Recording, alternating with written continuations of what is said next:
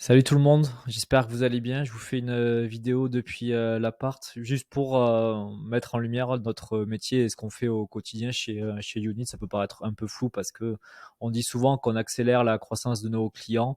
Concrètement, ça veut dire quoi? Ça veut dire qu'on va structurer leur tunnel d'acquisition et on va chercher à augmenter leur chiffre d'affaires. Je prends un exemple hyper concret avec Maison du Monde. C'est un site que tout le monde connaît et qui est plutôt simple à structurer. Je vais vous montrer comment on peut faire pour avoir une stratégie marketing d'acquisition qui va tenir la route sur un dossier comme celui-là. Forcément, je ne vais pas rentrer dans les détails parce que rien que structurer le compte Google Ads de Maison du Monde, je pense qu'il y en a pour 6 ans à peu près. Je vous montre schématiquement comment on ferait. Alors, première étape, quand on a un e-commerce, ce qu'on va chercher à faire, c'est faire de l'acquisition d'utilisateurs. Ok, donc là, je vais mettre en place divers canaux pour générer du trafic sur ce site web-là, en partant du principe que je vais chercher à trouver des individus qui connaissent pas forcément mon site ou qui sont jamais venus sur mon site. C'est très vrai avec Meta, un peu moins sur Google.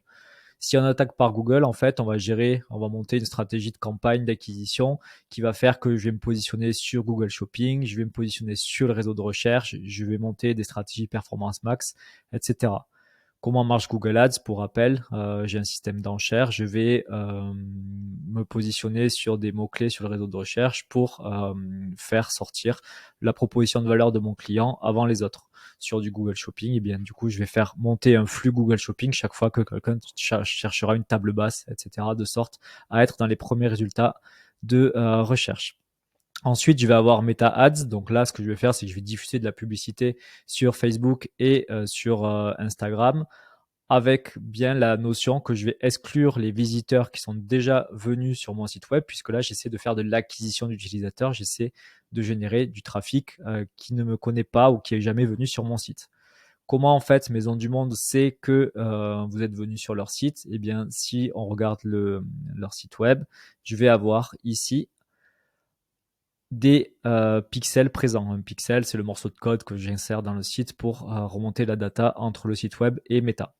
Ok, donc à partir du moment où un utilisateur vient sur le site, il déclenche un événement page vue et quand je suis Maison du Monde, je sais que cet utilisateur est venu sur mon site. Je peux également monter des campagnes de SEO, de référencement naturel.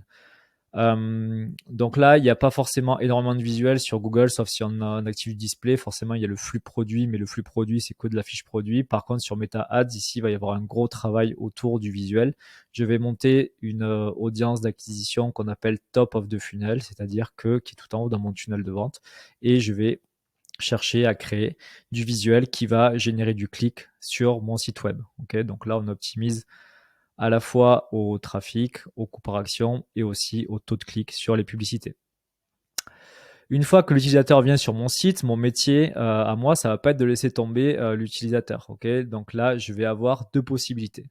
Soit l'utilisateur achète et c'est merveilleux, je suis trop content. Je l'ajoute à une audience acheteur parce que je vais pouvoir ensuite lui proposer d'autres solutions, sachant que une fois qu'il est dans mes audiences acheteurs, je peux aussi lui envoyer de la newsletter s'il est inscrit. Je vais pouvoir le monitorer pour que une fois qu'il a acheté sa table basse, il achète des chaises, etc. Je vous ai pas fait tout le schéma puisque le schéma est infini après.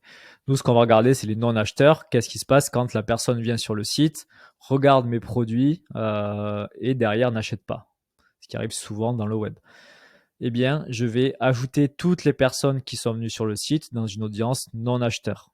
Cette audience non-acheteur, je vais m'en servir pour recibler tous les individus qui sont venus sur le site dans une audience middle of the funnel en du coup n'incluant tous les visiteurs 30 jours. C'est-à-dire que je vais dire à Meta ou à Pinterest, va me recibler toutes les personnes qui sont venues sur le site, mais qui n'ont pas acheté, parce que les autres sont là-haut. Ok, donc je les fais venir doucement sur mon site. Une fois qu'ils sont venus sur le site, je les recible grâce à des audiences qu'on appelle de retargeting.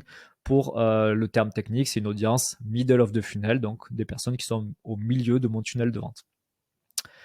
Next step, qui est assez facile à comprendre dans un e-commerce, je vais avoir toutes les phases d'ajout au panier. Donc là, c'est des acheteurs qui commencent à être assez chauds puisqu'ils sont venus sur le site, ils ont consulté des fiches produits, ils ont passé du temps et en plus, ils ont ajouté au panier mes produits.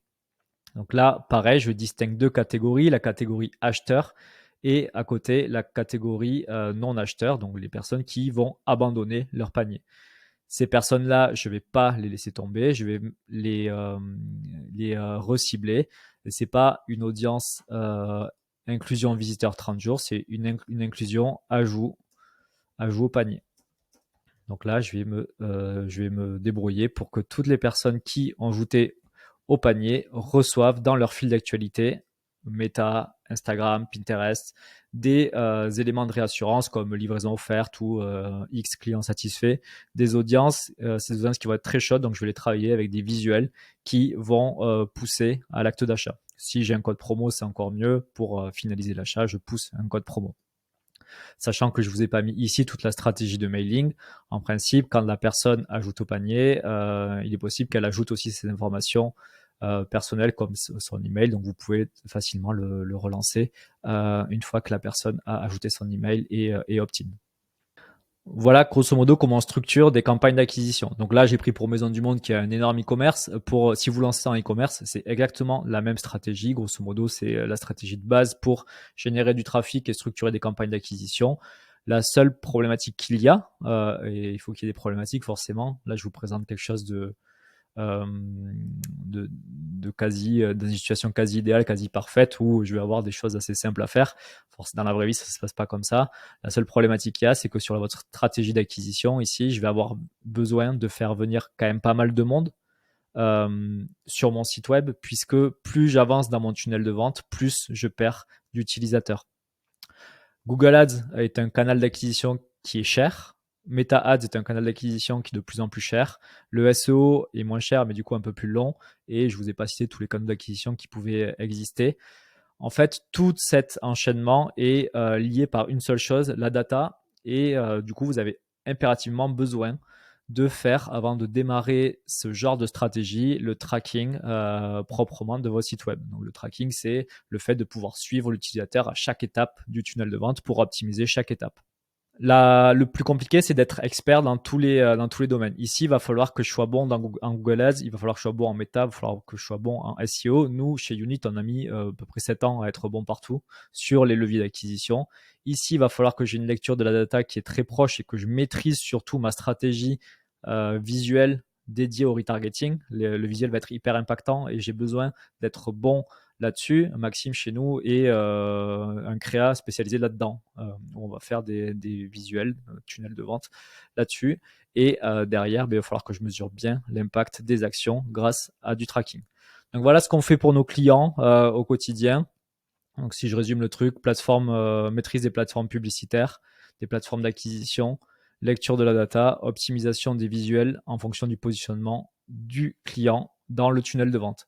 Ça marche bien, c'est cool, mais par contre, ça met du temps à se mettre en place. J'espère que vous avez appris des choses là-dessus et je vous dis à bientôt. Salut!